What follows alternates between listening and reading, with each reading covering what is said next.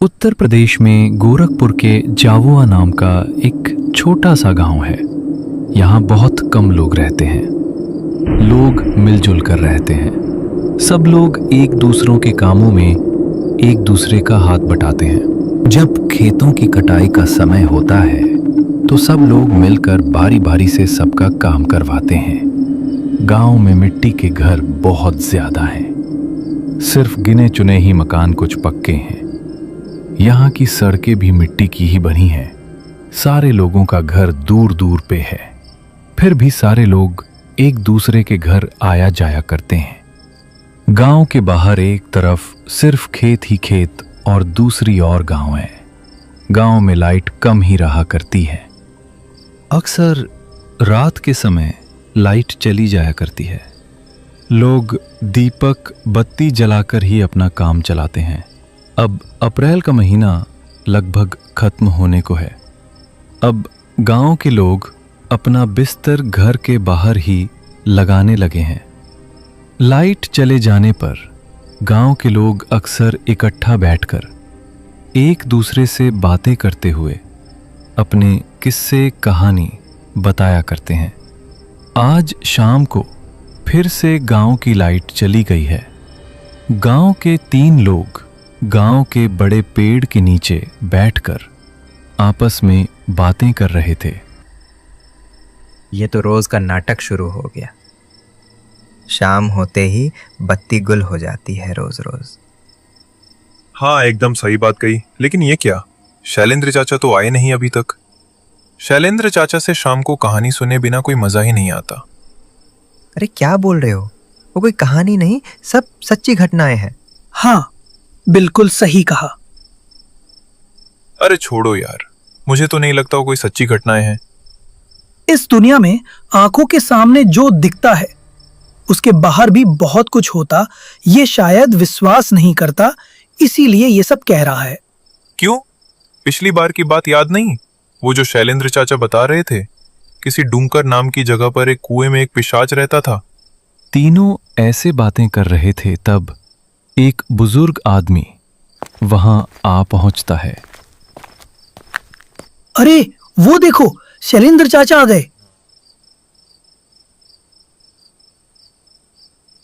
क्या हाल है? कैसे हो सब? बैठिए बैठिए, आपकी बातें कर रहे थे हम। आज फिर बत्ती गुल हो गई। हम तो सोच रहे थे आज शायद आप नहीं आओगे। आप नहीं आते तो हमारे गपशप जमते नहीं है। मैं तुम लोगों से उम्र में बड़ा हो सकता हूं, लेकिन तुम्हारे जैसे जवान लड़कों के साथ बैठकर गपशप करने में मजा ही अलग है। उन बूढ़ों के साथ बैठकर दूसरों की बुराई करना मुझे बिल्कुल नहीं भाता। तो शैलेंद्र चाचा, आज आपके जीवन की कौन सी घटना सुनाओगे? सच में चाचा, आप जो घटनाएं सुनाते हो वो सुनकर तो किसी को भी डर लग जाएगा। अच्छा चाचा, आपने सामने से कभी भूत देखा है कोई? तुम लोग शायद सोचते होंगे कि मैं तुम्हें जो घटनाएं सुनाता हूं वो सब मनगढ़ंत है, पर ऐसा बिल्कुल नहीं है। मैं डाकिया होने के नाते इस देश की अलग अलग जगहों पर रहा हूं। वहां से कितनी तरह के अनुभव हुए हैं मुझे, और वही तुम लोगों को सुनाता हूं। शैलेंद्र चाचा, आज ना अपनी आंखों से देखा कोई भूत का किस्सा सुन। चलो आज मैं तुम्हें अपने जीवन में हुई एक घटना के बारे में बताता हूं। ये उन समय की बात है जब मैं जवान हुआ करता था। घनघोर बारिश का समय था। आखिरी शाम में अपने मित्र शास्त्री के घर पर घूमने को निकला था। रास्ते में जोरदार बारिश होने लगी। मुझे आशा नहीं थी कि इतनी जोरदार बारिश होने लगेगी।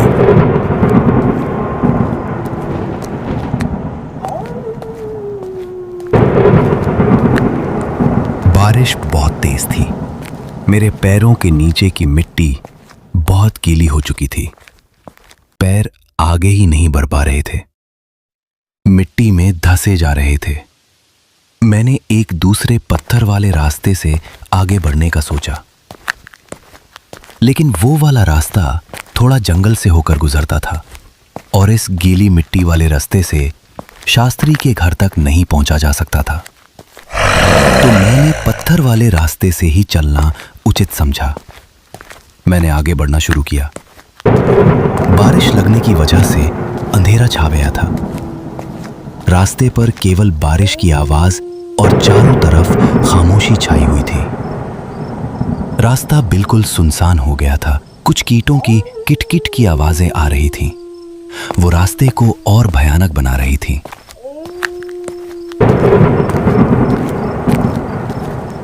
पर यह तो गांव में अक्सर होता ही रहता है, इसमें कोई बड़ी बात नहीं। बारिश अब बहुत ज्यादा बढ़ चुकी थी। मैंने कहीं जगह देखकर रुकने का फैसला किया। सामने मुझे एक पुराने घास की झोपड़ी दिखी। मैं उस झोपड़ी के नीचे आकर खड़ा हो गया।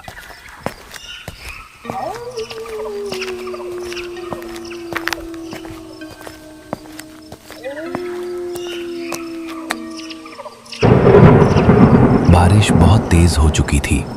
बादल बहुत जोरों से गरज रहे थे।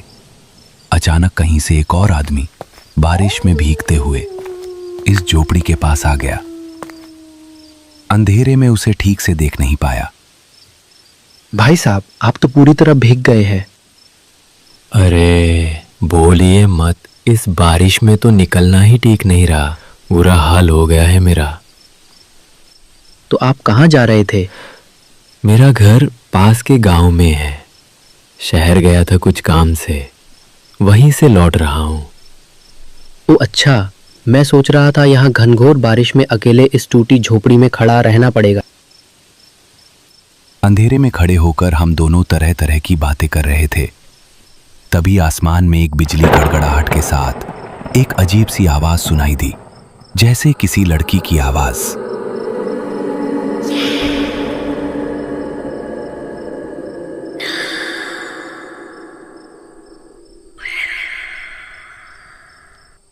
पहले तो लगा कि ये मन की भूल है, लेकिन नहीं।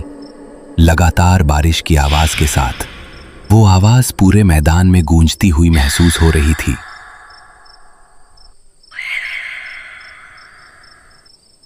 कोई आवाज सुनी आपने?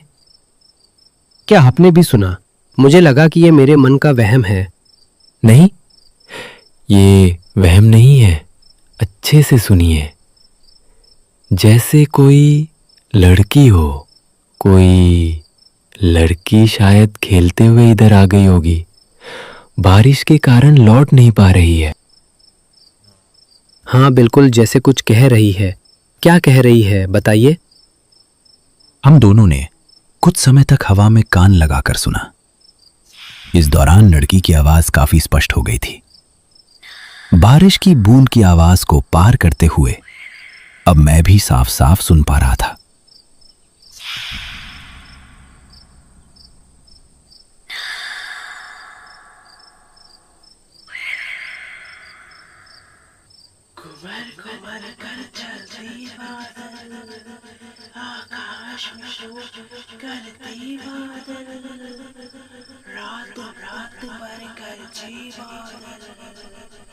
कोई न बचकर जाने पाए, जोर जोर से बरसों बादल, घनघोर घटा के काले बादल।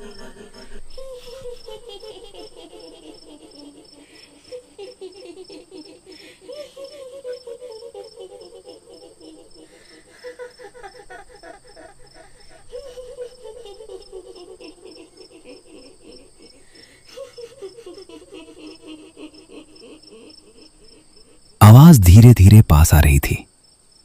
वो आदमी थोड़ा बेचैन हो गया।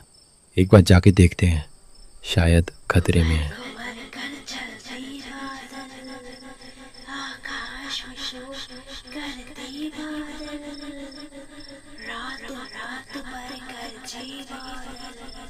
हो सकता है अगर कोई संकट में पड़े तो इस तरह से कोई कविता नहीं पढ़ता। मुझे तो ये मामला ठीक नहीं लग रहा। ऐसे सिहर पैदा करने वाली आवाज़ में कोई कविता नहीं पढ़ता। अरे चलिए ना, चल के देखते हैं। लड़की शायद बांस के झाड़ में अटक गई है। बारिश भी तो कम हो चुकी है। मगर इस अंधेरे में कोई खतरा हो गया तो? अरे क्या होगा, जाकर ही देखते हैं ना।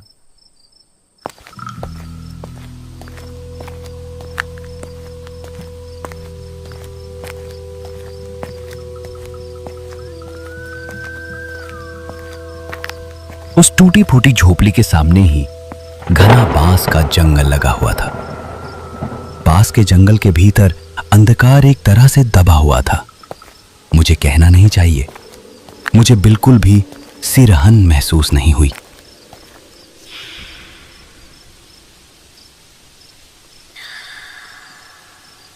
देखिए, उधर से आ रही है ये आवाज। आवाज की ओर ध्यान देकर मैंने धीरे धीरे कदम बढ़ाना शुरू किया। बारिश की बूंदें तेज धार वाले चाकू की तरह लग रही थीं। पास के जंगल के गहरे अंधकार में आंखें ज्यादा दूर तक देख नहीं पा रही थीं। आकाश को चीरते हुए बिजली चमकी। उस थोड़ी रोशनी में जो मैंने देखा, उससे मेरे दिल की धड़कन मानो रुकी गई हो। जैसे मैंने देखा कि पास के पेड़ों के बीच में एक छोटी लड़की खड़ी है। हवा में उसके बारिश में भीगे हुए बाल, और वे चुपचाप एक ही भाव में खड़ी थी। लेकिन यह दृश्य पल भर के लिए था। इस वक्त जोरदार बिजली की आवाज कानों में पड़ी, मानो जैसे पास में ही कहीं जोरदार बिजली गिरी है। फिर उसी समय वहां सड़क पर बांस का एक पेड़ गिर पड़ा। मैं ठिठक कर खड़ा रह गया। कविता की आवाज धीरे धीरे मेरी ओर ज्यादा करीब आ गई।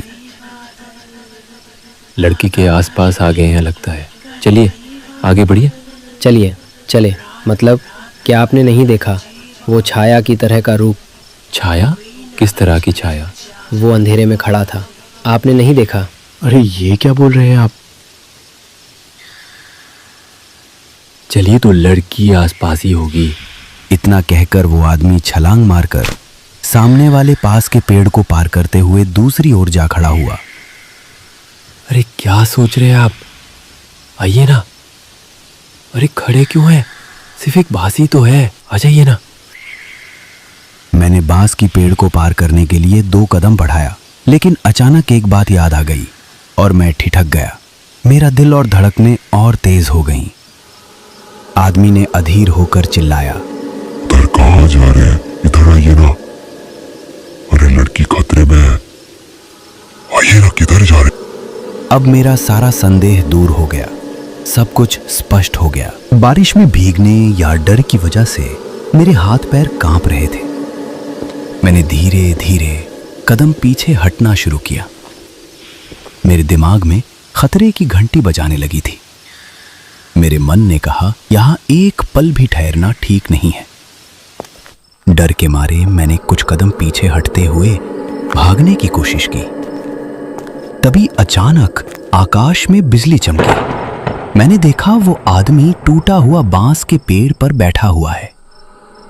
मुझे डरते देख आदमी अपने अस्तित्व में आ गया और जोर जोर से हंसने लगा। तुम शायद विश्वास नहीं करोगे, लेकिन ये मैंने अपनी आंखों से देखा और अपने कानों से सुना। उस भयानक हंसी के धक्के से मैं कांप रहा था और उसकी आवाज से वही गुनगुनाने की आवाज आ रही थी। अजीब तरीके से वही पुरानी कविता गा रहा था।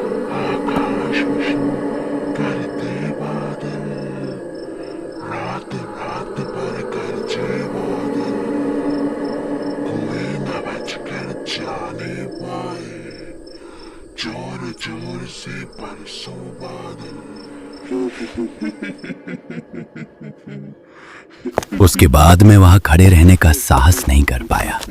बारिश में भीगते हुए मैं वहां से भाग गया।